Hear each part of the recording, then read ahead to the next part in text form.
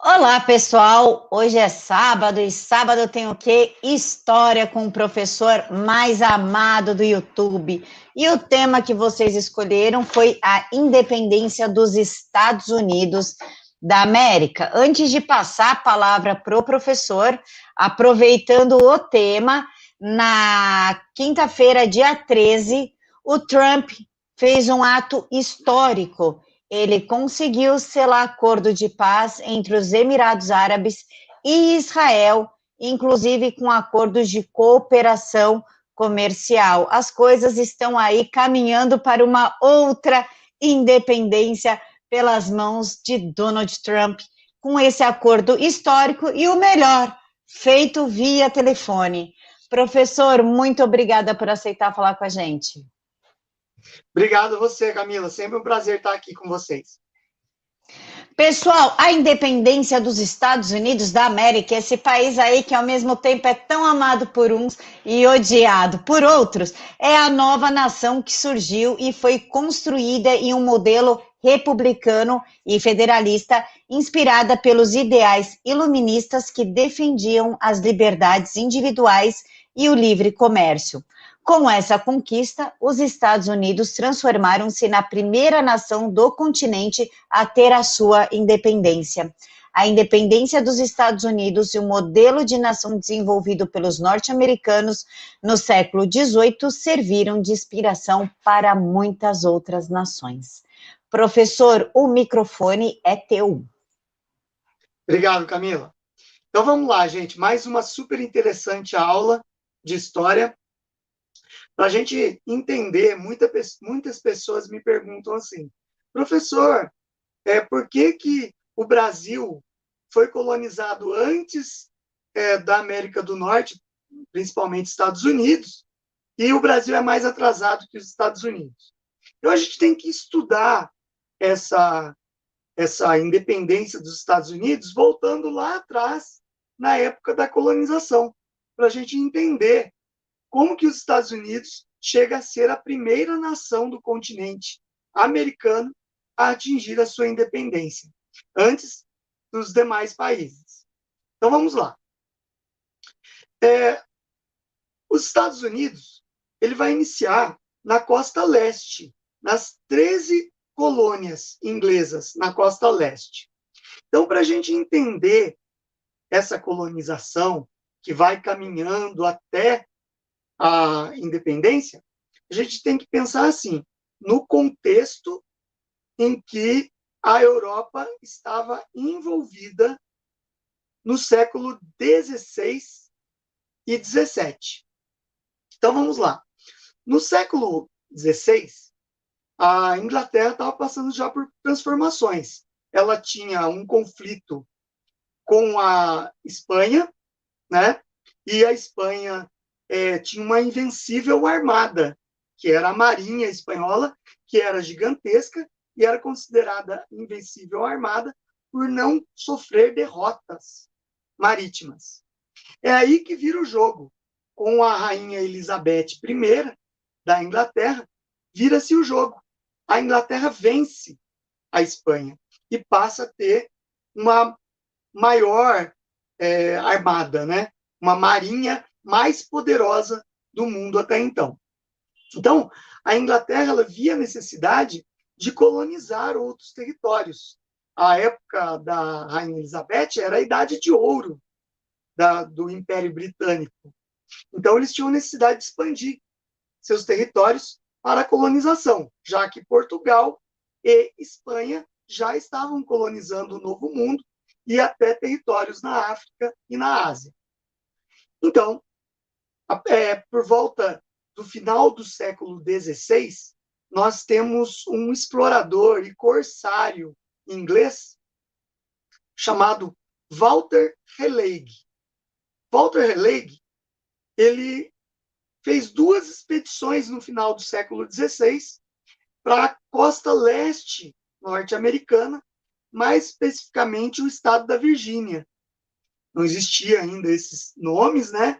Mas ele tenta instalar uma colônia britânica ali. Só que não era com recursos da Inglaterra, da monarquia inglesa, nem do parlamento inglês. Era com recursos próprios. Ele era um corsário, ele queria montar uma base avançada na América.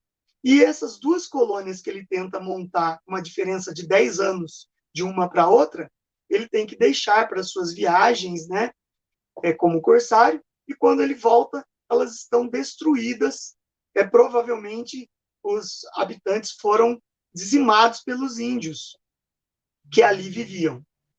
Então, ele vai conseguir o apoio de uma parte do governo inglês e vai, no início do século XVII, instalar ali, na costa leste americana, a primeira colônia, mas com capital dele ainda, na região onde é Virgínia. Ele batiza aquele estado de Virgínia em homenagem à Rainha Virgem, Elizabeth I. Então, passa a se chamar Virgínia ali. É uma colônia pequena e acaba não representando o início da colonização norte-americana. O início da colonização norte-americana se dá por volta de 1620, quando a Inglaterra estava passando por transformações religiosas, estava havendo perseguição religiosa sobre os puritanos, que eram calvinistas, que lá na Inglaterra eles eram chamados de puritanos. E o rei inglês Henrique VIII, ele depois de 1500, né, ele tem aquele problema com a Igreja Católica, ele queria se separar da Rainha Catarina de Aragão, porque ela não podia mais dar um filho do sexo masculino para herdar o trono. Então, o que ele faz? Ele pede anulação do casamento para o Papa. O Papa, na época, Sisto V, se eu não me engano, ele nega a anulação. E assim, o Henrique VIII ele usa dos seus poderes para implantar o ato de supremacia. E esse ato de supremacia faz com que ele seja o chefe da igreja anglicana, ou anglicanismo, que ele próprio criou, certo? Com isso, ele confisca todas as terras da igreja católica na Inglaterra e ele também persegue as vertentes de outras religiões na Inglaterra. Quem não quisesse se converter era perseguido e morto. Então, os puritanos eles começam a procurar meios de sair da Inglaterra. Outro motivo que faz com que imigrantes saiam da Inglaterra para colonizar a América foi também o processo de cercamento dos campos. A gente tem o início do processo de Revolução Industrial, quando o parlamento inglês resolve confiscar as terras dos pequenos proprietários ingleses. Como eles estão destituídos de suas terras, muitos migram para as cidades, trabalhar nos grandes galpões de manufaturas inglesas, em Londres. Então, Londres vira uma cidade superabitada, com péssimas condições de higiene, com doenças sazonais. Então, uma parte dessa população que imigra para os grandes centros urbanos vê que ali não tem uma qualidade de vida para eles. Então, eles também buscam sair da Inglaterra e migrar para a América, para o Novo Mundo, certo? A Inglaterra ela tem períodos conturbados de guerra com a Espanha, e também neste período, então não era um ambiente seguro para se viver, principalmente para o jovem, né, que era convocado pelos reis absolutistas a servirem a marinha, servirem o exército. Então, eles eram outro motivo que fazia que também muitos jovens quisessem ir embora. Fato é que partiram da Inglaterra, iam partir 2 navios, o Speedwell e o Mayflower, em 1620. Porém, 2 vezes que eles tentaram zarpar da Inglaterra, houve problemas nessa saída e eles tiveram que retornar ao porto.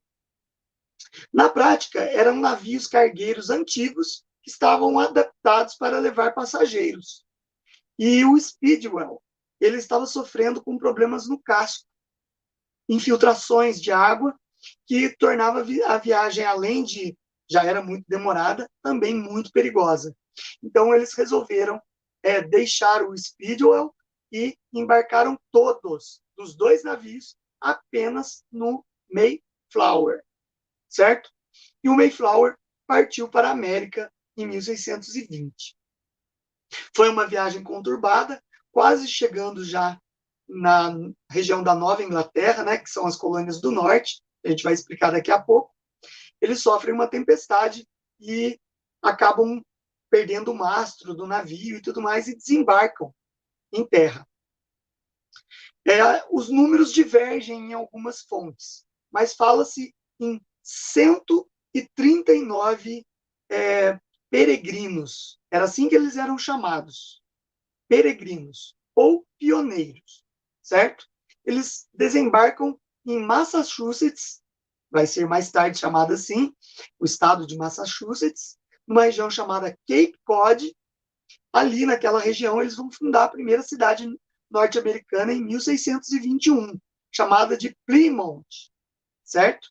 Esses 139 colonos, eles vão ter uma extrema dificuldade para se instalarem lá, porque eles não dominavam a agricultura, eles vinham da Inglaterra, muitos deles, a maioria desses pioneiros, eles eram fugitivos religiosos, eles não eram agricultores.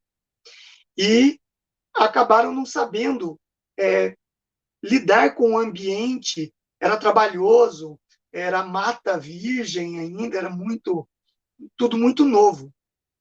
Então, e o inverno que estava chegando já trazia o frio naquela região, eles não tinham nem moradia para viver.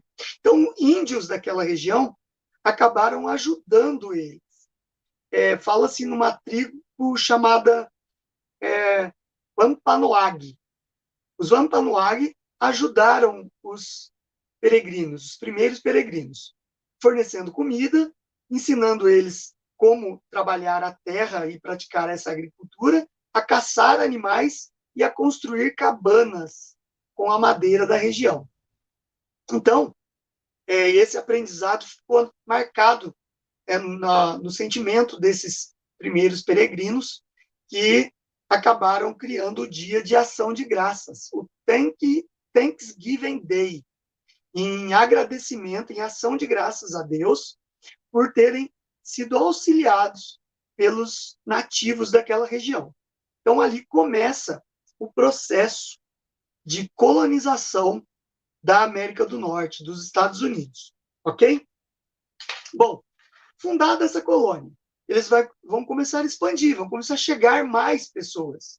A Inglaterra, ela entra em sociedade com a Holanda nas companhias das Índias Orientais e na Companhia das Índias Ocidentais, que eram companhias de comércio marítimo, certo?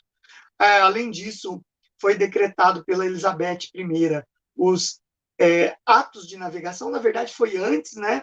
Foi durante a República de Oliver Cromwell, ele decreta os atos de navegação que beneficiam a economia inglesa do Império Britânico, que permitia apenas aportar e transportar mercadorias, navios ingleses, de nenhuma outra nacionalidade, fazendo com que, assim, a marinha inglesa tivesse mais acesso a esse comércio mundial.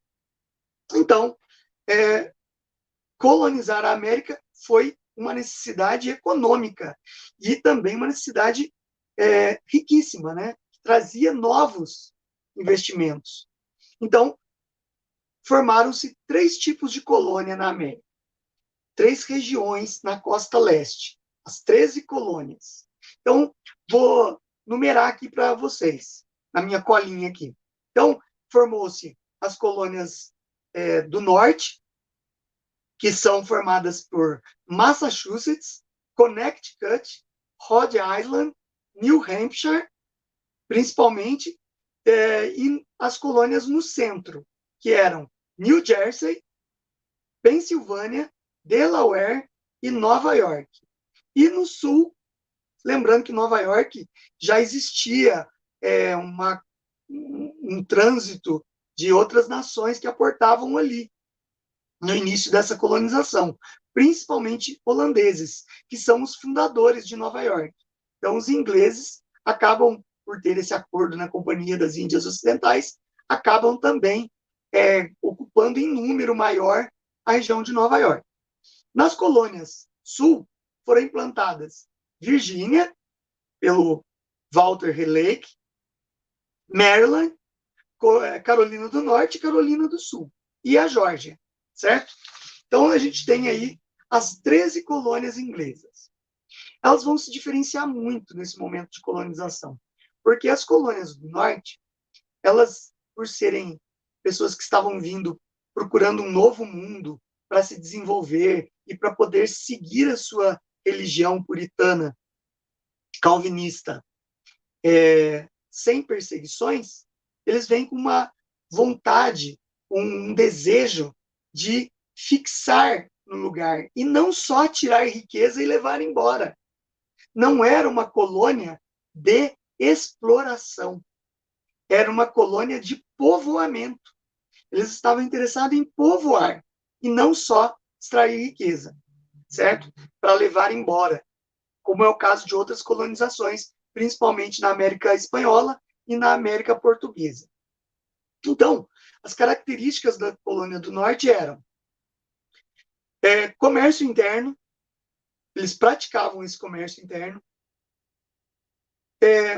já existia a ideia de uma reforma na distribuição de lotes de terrenos, então eles possuíam minifúndios, na qual existiam famílias proprietárias, né? Então, diferente da colonização da América Portuguesa e Espanhola, que eram grandes latifúndios, certo? Pertencentes a uma só pessoa. Lá não. Então, a terra já foi dividida nas colônias do norte. O trabalho, eles não aplicaram no investimento do trabalho escravo, e sim no trabalho assalariado, logo no início, certo? E aquela ideia do autogoverno. Por a Inglaterra estar incentivando a colonização, existiam poucas pressões de exploração.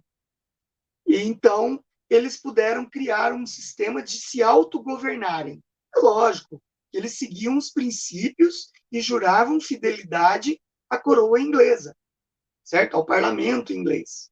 Mas eles criavam suas próprias leis e se autogovernavam. As colônias do centro também seguiam esse mesmo esquema, porém, elas usavam do comércio triangular. O que era esse comércio triangular? As colônias do centro, elas buscavam escravos na Jamaica, que era uma outra colônia inglesa na América Central, escravos negros, trazidos da África, ali era um entreposto. Eles compravam esses escravos ali e revendiam mais caros nas colônias do sul. Isso era chamado de comércio triangular, certo? E nas colônias do sul, como eu falei, as colônias do centro, elas seguiam mais ou menos o mesmo esquema das colônias do norte, certo? As colônias do sul, elas eram de exploração. Elas seguiam o sistema plantation, que era usado aqui na América Portuguesa e em algumas partes da América Espanhola. O que era o sistema de plantation? Ou plantation, né? Como fala. O plantation significava que eram grandes latifúndios, agroexportadores, com mão de obra escrava negra de origem africana, e com um proprietário, ou um proprietário de um grande latifúndio. Então, existiam alguns grandes latifúndios com poucos proprietários. E os poucos colonos brancos que vinham da Inglaterra para trabalhar nas fazendas tinham um trabalho um pouco melhor que os escravos, tá? Mas era um sistema mais escravocrata mesmo, né? No sistema plantation. Então, a gente tem um grande desenvolvimento de uma burguesia enriquecida no norte e um sistema oligárquico no sul. O sistema do sul era bem parecido com aqui da América Portuguesa, no sentido de colonização. E o sistema do norte, de povoamento lá nos Estados Unidos, era muito mais desenvolvido, certo? E existe um livro de um sociólogo do século XIX, chamado Max Weber, na qual ele fala da ética protestante e o espírito do capitalismo. Ele se baseia exatamente nessa mentalidade das colônias do norte, que foram povoadas por puritanos calvinistas. Que eles tinham uma ética de desenvolvimento, uma ética de trabalho intenso para serem abençoados por Deus com o fruto do trabalho, não viam como pecado o lucro e a riqueza, porém, deixavam de lado a ostentação, certo? Então, eles tinham aquela ideia de transformar o lugar onde eles viviam num lugar rico e próspero para honrar a Deus, certo? Então, as colônias do norte se diferenciam totalmente das outras colônias de toda a América, certo? Bom, a situação ela começa a mudar com o tempo. Por quê? São colônias muito lucrativas no norte e no sul também, né? Apesar de ser uma colônia de exploração no sul, ela era lucrativa para o Império Britânico, porque toda a produção, principalmente de fumo, de algodão, ia toda ser vendida na metrópole, através da Companhia das Índias Ocidentais. E daí eles levavam e redistribuíam para as outras colônias inglesas, tanto na Índia, na China e em outras regiões, na América Central. Então era lucrativa também. Porém, a partir do século XVIII, a Inglaterra vai se envolver na Guerra dos Sete Anos. O que foi a Guerra dos Sete Anos? A Guerra dos Sete Anos foi uma guerra contra a França. Na verdade, a França já estava dominando territórios na América do Norte também. A gente não pode esquecer que o trecho inglês da América do Norte é só a costa leste. Então, tinha trechos na América do Norte, principalmente no Canadá, na região do Canadá, e na região de Nova Orleans e Louisiana. Louisiana tem o nome de Louisiana em homenagem ao rei Luís da França, certo? Então, existiam duas colônias francesas ali na América. E o Império Britânico entra num confronto, na Guerra dos Sete Anos, contra a França.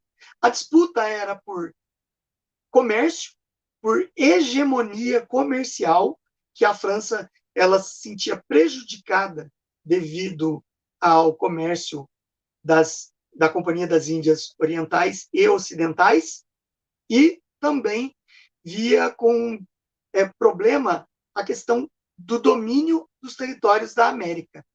Então, elas entram em choque. Serão 7 anos de guerra, de 1756 a 1763. Né? E a Inglaterra se endividou demais nesse período. Ela contraiu muitas dívidas, porque foi uma longa guerra, os gastos enormes, vários navios mercantes ingleses foram atacados. Tá certo que a Inglaterra tinha também aquela questão de apoiar piratas para roubar navios espanhóis na América, certo? Então, por exemplo, Sir Francis Drake, um grande pirata, um grande corsário inglês, que foi até condecorado pela Rainha Elizabeth I, ele fazia incursões na América Central, certo? Então, era comum a Inglaterra usar desses meios pouco oficiais para também diminuir o poder das outras nações e levar riquezas dessas outras nações para a Inglaterra. Então, a Guerra dos 7 Anos era exatamente para isso, para delimitar o poder ali, a hegemonia do comércio marítimo e naquelas regiões de colônia. Ok? Bom, a Inglaterra sai vitoriosa, a um alto custo. E ela precisava também, no século XVIII, ela estava em pleno andamento das suas fábricas, né? As primeiras fábricas da Revolução Industrial estavam em andamento. E ela precisava de mercado consumidor para os seus produtos. Então, ao mesmo tempo que ela tinha gastos demais com a guerra, teve gastos demais, ela precisava ampliar o mercado consumidor dela e as colônias da América precisavam aumentar de tamanho para que ela pudesse expandir esse mercado consumidor. Então, a guerra com a França tinha essa função também, de aumentar seus territórios na América, certo? Saiu vitoriosa, com dívidas enormes, e ela precisava sanar essas dívidas, principalmente com a classe comerciante e com os primeiros banqueiros ricos da Inglaterra que financiavam o comércio inglês, financiavam a marinha mercante inglesa e financiaram muito das guerras, principalmente a Guerra dos 7 Anos. Uma das famílias mais ricas vai ficar famosa no século XIX e início do século XX, é a família Rothschild, né? Está envolvida aí em várias situações de poder, até no século XX. Então, a gente tem um problema para as colônias da América. Primeiro, a Inglaterra venceu. Então, várias colônias naquela região que pertenciam à França passam a pertencer à Inglaterra, certo? Mas, para angariar fundos para a colonização, a coroa britânica resolveu recrudescer. O que significa recrudescer? Apertar a questão fiscal da colônia. Eles tinham um autogoverno, lembram? Eles diziam o que as leis que seguiam, como deveriam fazer, né? E os tributos eram muito leves. A partir do momento que o Império Britânico resolve investir pesado na tributação das colônias, daí a gente vai começar a ter sérios problemas no século XVIII. Então, a Inglaterra, o que ela faz? Para financiar, então, essa colonização, essa expansão da colonização, pagar as dívidas da Guerra dos 7 Anos e também aumentar o seu mercado consumidor de produtos da Revolução Industrial, ela vai criar os seguintes impostos. A Lei do Açúcar, que é o Sugar Act, de 1764. Sugar Act, ele vai colocar um imposto específico sobre o açúcar. Lembrando que as colônias no Caribe, que pertenciam à Inglaterra, eram as maiores exportadoras de açúcar. E elas faziam o comércio para as colônias no território norte-americano. Agora, qualquer comércio entre colônias inglesas era tributado. Antes não era. Então passa a ter tributo. Isso vai causar uma revolta muito grande, principalmente nas colônias do centro, que praticavam o comércio triangular, porque ao mesmo tempo que eles iam comprar escravos e levar para as colônias do sul, eles também compravam o açúcar nas colônias do Caribe e levavam para revender lá nas colônias da América do Norte. Então, essa lei do açúcar vai afligir principalmente as colônias do centro, ok? Destruindo seu comércio triangular. Vai criar a lei da moeda. Eles tinham uma moeda própria na colônia, né? Então, a coroa inglesa vai proibir a impressão das moedas na colônia. As moedas tinham que vir da Inglaterra. com a efígie do rei inglês, e não com uma moeda provisória que só valia ali naquele local, certo? Então, as moedas agora tinham que ser fabricadas na Inglaterra. Isso aí já tirava um meio de vida de vários cunhadores de moedas na colônia, certo? Que viviam disso. A lei do aquartelamento, ou lei da hospedagem. Todas as tropas inglesas que estivessem na América não poderia trazer custo para o governo britânico. Ela tinha que ser aquartelada ou hospedada pelos próprios colonos da América. Então, imagine um fazendeiro ter que aquartelar centenas de soldados ingleses, alimentá-los e ter lugar para dormir. Isso também nas colônias do norte. Então, também é um fator de revolta dos camponeses. Eles vão criar a lei do selo em 1765, que é o Stamp Act, que o Stamp Act ele vai exigir que qualquer documento que seja, como que eu vou dizer, que seja impresso na colônia, qualquer documento que seja impresso na colônia, tinha que ter um selo da coroa real. E para ter esse selo, você tinha que pagar por esse selo. Então, era um imposto do selo, que encarecia qualquer tipo de documentação na América. Isso vai se acumulando.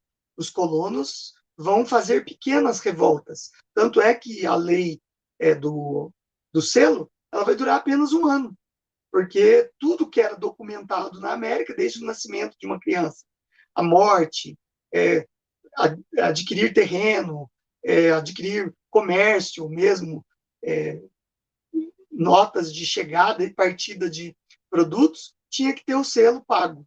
Então, essa lei do selo durou apenas um ano. Ela foi promulgada em 1765, caiu em 1766, devido às grandes revoltas que estavam começando a surgir, localizadas em cada estado, certo? Então, revogaram a lei do selo, mas continuaram com as outras. As leis Townshend. As leis Townshend eram a lei do chá. O chá era um grande produto inglês que vinha lá da Índia e era comercializado tanto na América Central quanto na América do Norte. E também no próprio sede do Império Britânico, na Inglaterra. Então, o comércio do chá passou a ser tributado. E era um comércio, um dos mais lucrativos, porque as viagens eram mais longas.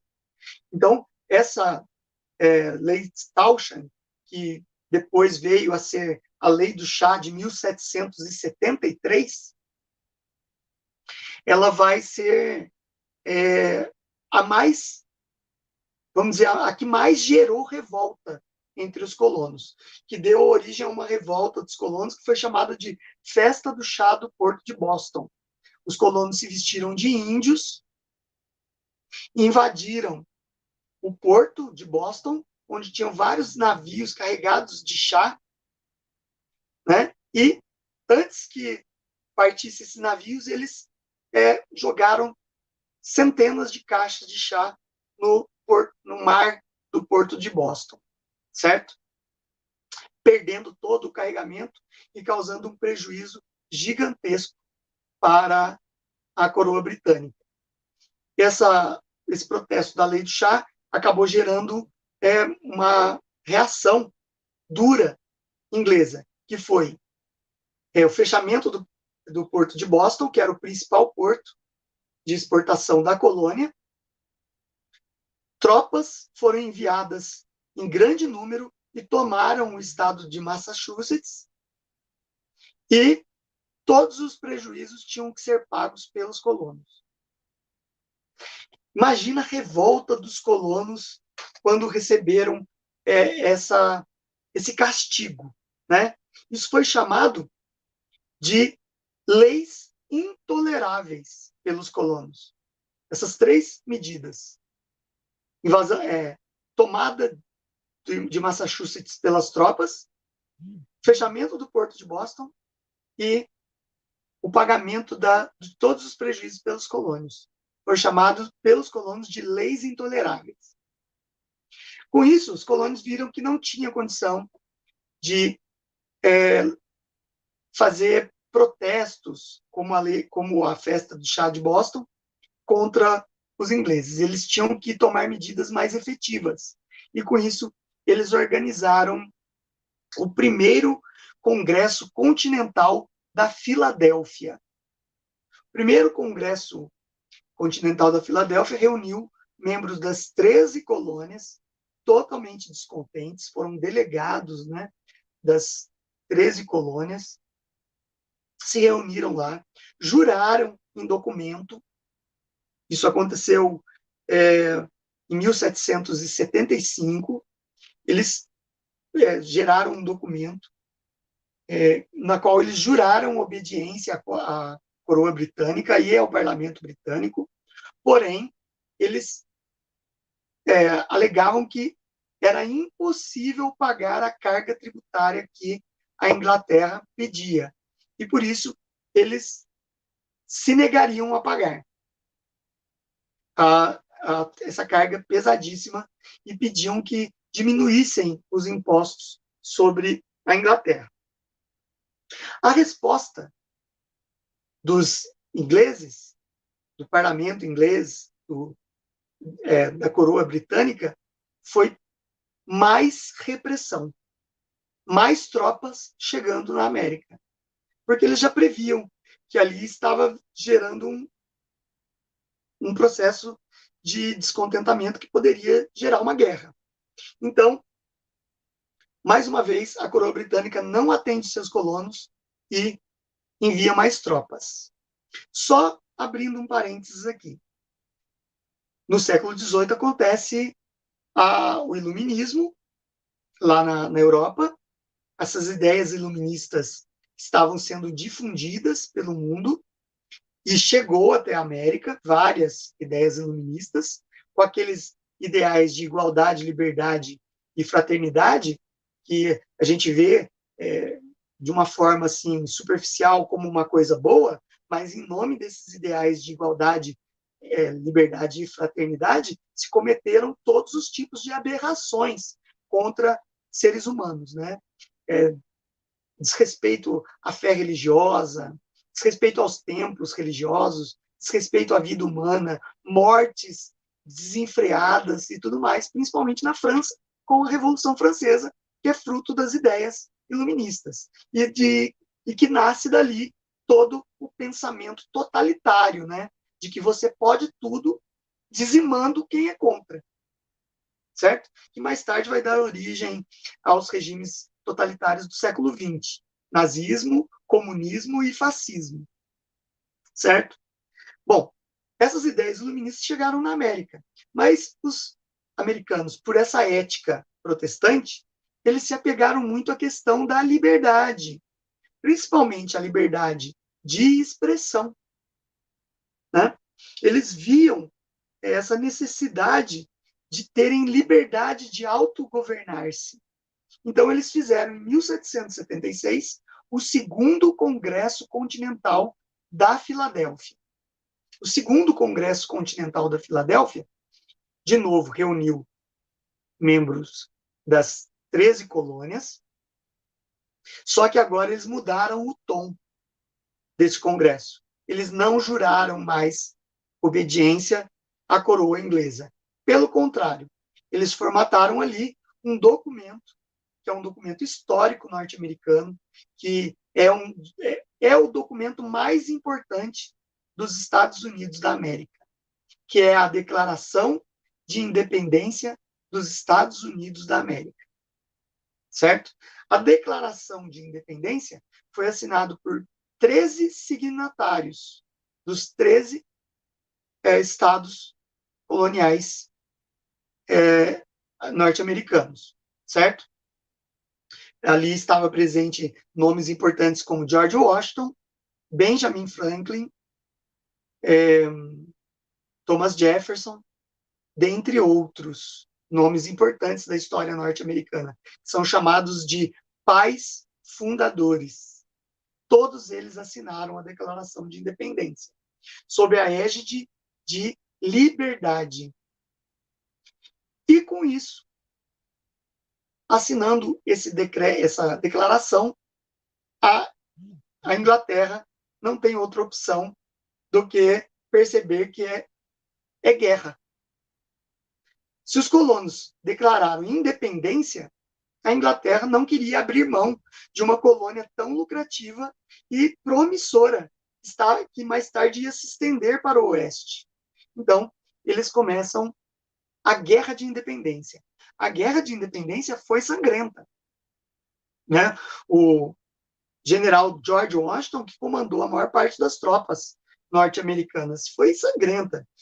Os colonos norte-americanos receberam um logístico e também de homens e navios de guerra da França, que havia perdido a Guerra dos 7 Anos. Existia um ressentimento ainda contra a Inglaterra, mesmo passado mais de 2 décadas, e com isso eles apoiam os colonos norte-americanos, né? E algumas tropas espanholas, que também eram inimigas dos ingleses, lembram da vitória inglesa sobre a Invencível Armada, e por muitas décadas no século XVII e no século XVIII, a Espanha era a maior inimiga da Inglaterra. Então, esse ranço, essa vontade de vingança, fez com que os espanhóis, ali também daquelas colônias espanholas perto das colônias inglesas, apoiassem os guerreiros pela independência das colônias, certo? Foram anos de luta, diversas pessoas morreram, né? Em 1781, finalmente, os colonos norte-americanos vencem a Batalha de Yorktown, que foi uma batalha emblemática, porque finalmente os ingleses sofreram uma derrota cabal. Foram derrotados de forma inquestionável. As outras batalhas que haviam, os colonos venciam uma parte da batalha, mas tinham que recuar. E isso dava tempo para as tropas inglesas se recuperarem e avançarem. Então, era uma guerra tática de avanço e recuo dos dois lados. A batalha de Yorktown, ela foi decisiva, porque Yorktown reunia maior massa de tropas inglesas na América. E não tinha como recuar. Ali era vencer ou vencer. E os colonos, com a ajuda dos franceses e de tropas enviadas pelos espanhóis, venceram a batalha. Com isso, consolidou a independência. Confunde-se muito na história a Declaração de Independência, assinada pelos 13 signatários em 1776, com a Constituição norte-americana. A primeira Constituição norte-americana só foi redigida em 1787, 11 anos depois da Declaração de Independência, certo? Então, da vitória em Yorktown, foi assinado o Tratado de Paris. Porque depois que você vence, você tem que fazer um tratado entre o vencedor e os perdedores para estabelecer as relações diplomáticas de aceitação da independência, certo? Porque mesmo perdendo a batalha, a Inglaterra poderia alegar que não aceitava a independência. Então, houve o Tratado de Paris de 1783. Esse Tratado de Paris foi o reconhecimento da coroa britânica da independência das antigas colônias na América do Norte, formando os Estados Unidos da América, certo? E nessa Constituição, que logo depois começou a ser montada, ela se estabeleceu que os Estados Unidos teriam um regime republicano e federalista, certo? Uma coisa totalmente nova na América. Todo o continente americano não havia passado por uma revolução que desse a vitória aos colonos e que fizesse do país um país independente. Lembrando que os mesmos ideais iluministas motivaram aqui no Brasil a revolta de Tiradentes, a Inconfidência Mineira, em 1792, para vocês verem como essas ideias estavam pipocando na América. Certo? Então, foi um exemplo para todas as colônias da Espanha, da França e colônias espanholas, essa independência da América, certo? E os Estados Unidos vai nascer sob a égide de uma grande nação, porque a partir do século XIX, eles vão usar a doutrina do Destino Manifesto, que dizia o seguinte, a doutrina do Destino Manifesto. Lembrando que um dos preceitos dos calvinistas puritanos é a predestinação absoluta. E os americanos que foram colonizados pelos calvinistas, eles acreditavam nessa doutrina do Destino Manifesto, que dizia que eles estavam predestinados a dominar o território norte-americano de costa a costa, ou seja, a costa leste e a costa oeste, certo? Era uma predestinação deles. E isso se confirmou com a marcha para o oeste, que daí a gente vai ver toda aquela questão de conquista do oeste selvagem norte-americano.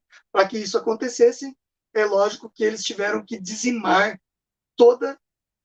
quase toda a sua população indígena, né? Através de guerras que mataram milhares de índios,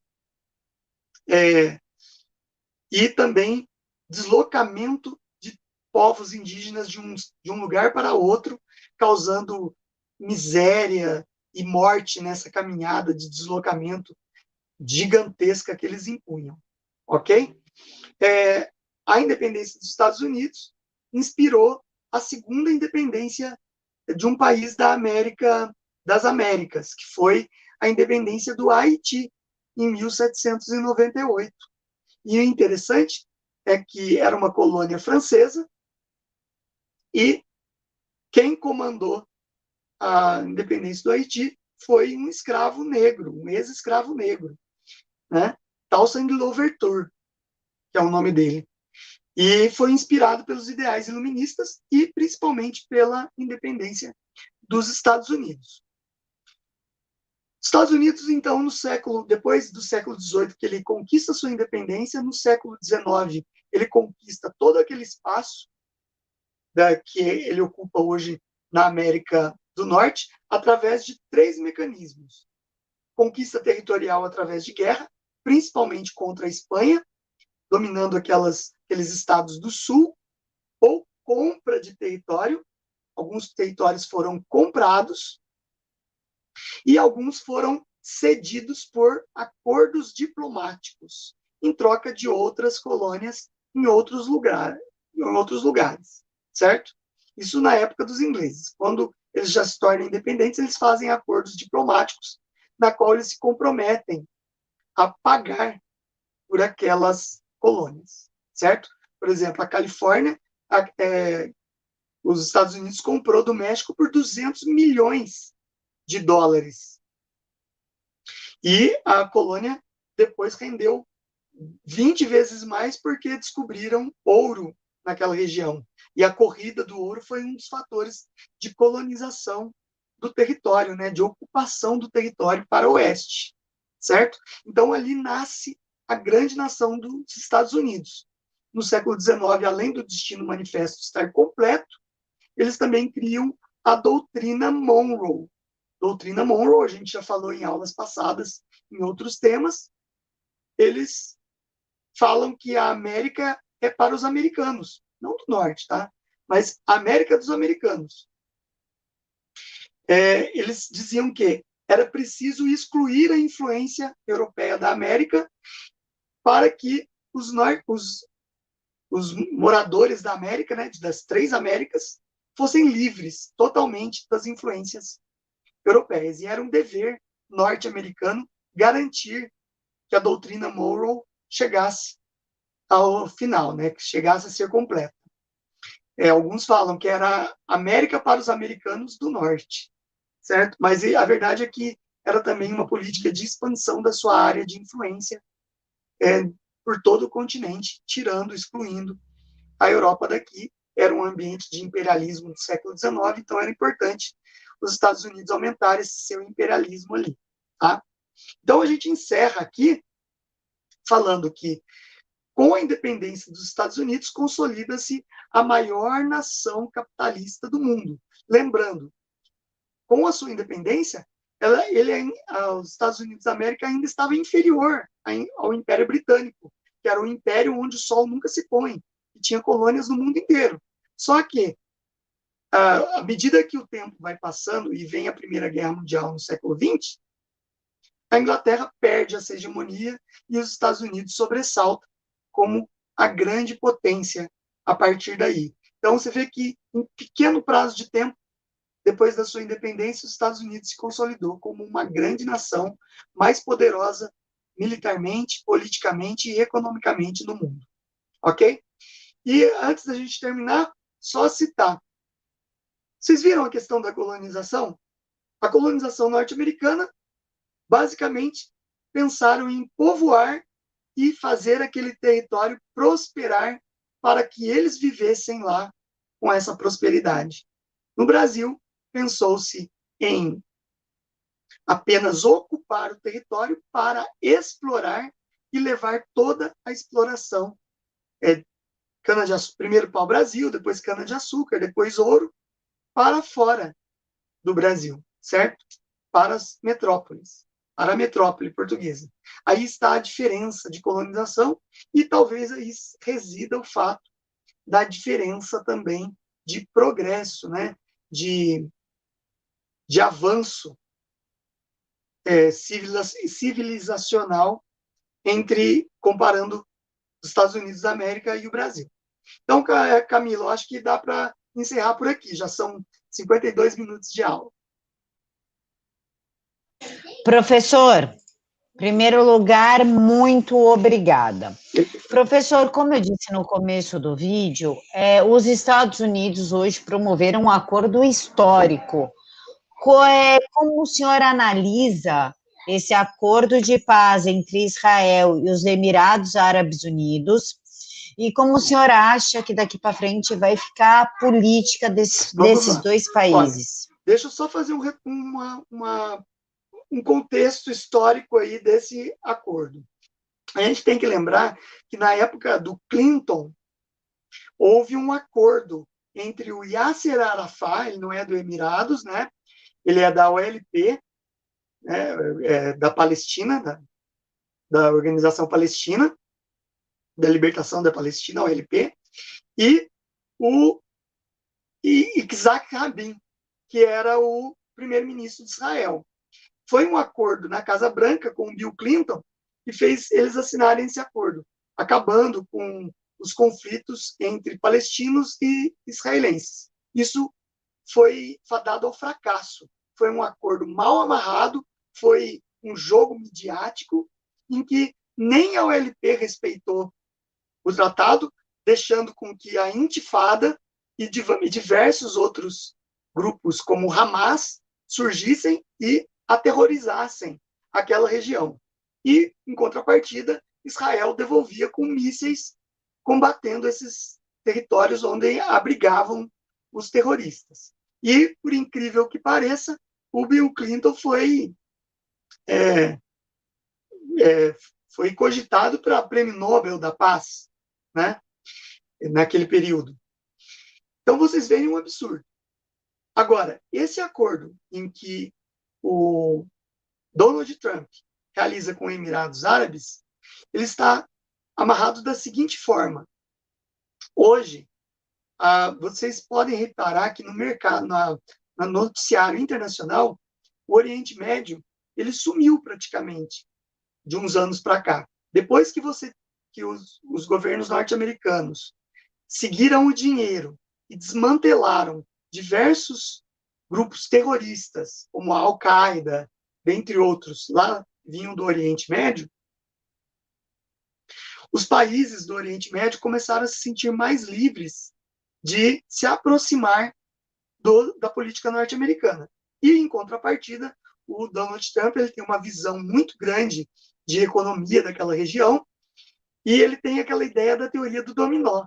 Se ele consegue fazer um acordo de paz com os Emirados Árabes, vai influenciar em novos acordos de paz com outras nações do Oriente Médio. Essa é a grande expectativa desse acordo de paz, que, como a Camila falou, é histórico e deve repercutir em outros países que querem relações comerciais, que querem a paz para prosperar o comércio e a política daqueles países, ok?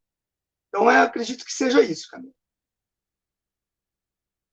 Professor, mais uma vez, muito obrigada. Quero lembrar a todos que o canal do professor e o Twitter estão aqui na caixa de informações e, claro, que cabe a vocês escolherem entre 3 opções o tema da próxima aula. Professor, o senhor tem alguma dica? Olha, eu tenho pensado assim, que a gente já testou a Segunda Guerra Mundial, perdeu.